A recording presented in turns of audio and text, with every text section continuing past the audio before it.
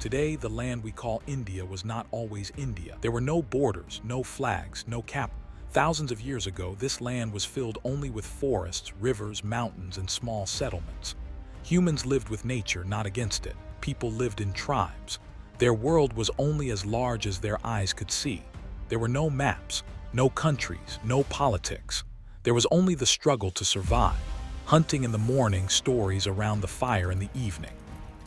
Life was simple, but it was never safe. Then one day, humans made a discovery that changed everything.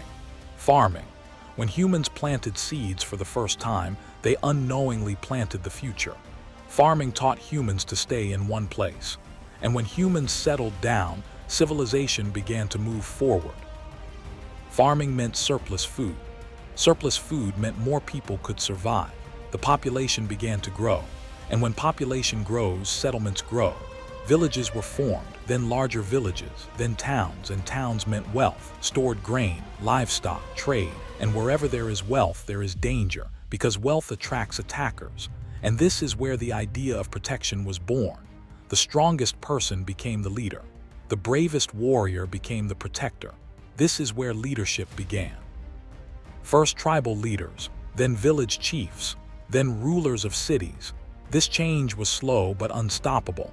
Mud houses began to turn into stone houses. Villages became towns. Markets began to appear. Trade routes were created. And then a quiet revolution happened.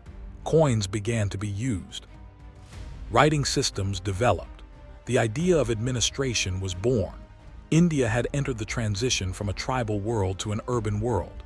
And then came the moment that sparked the first political explosion in history, 600 BCE.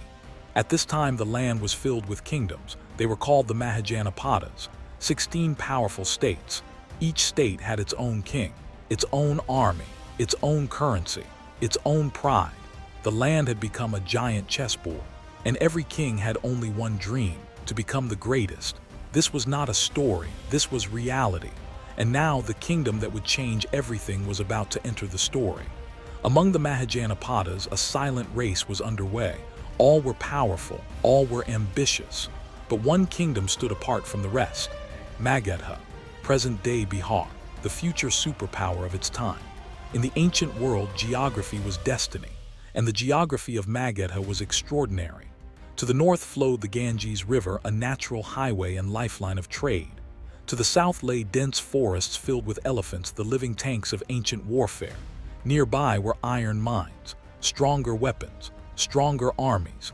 All of this was turning Magadha into a perfect war machine. Magadha did not just want to survive.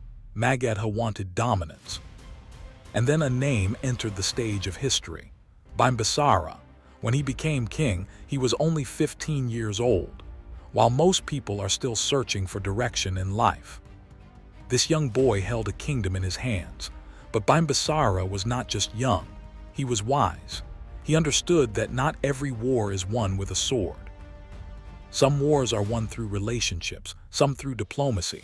He formed political marriages, he built alliances, he secured trade routes. This expansion was driven less by swords and more by strategy. Rajgir became the capital, and slowly Magadha's influence began to spread. Magadha was growing, becoming powerful, becoming prosperous. But power always casts a shadow. When power grows, ambition grows with it. And sometimes that ambition rises from within the home. Bimbisara had a son, Ajatashatru.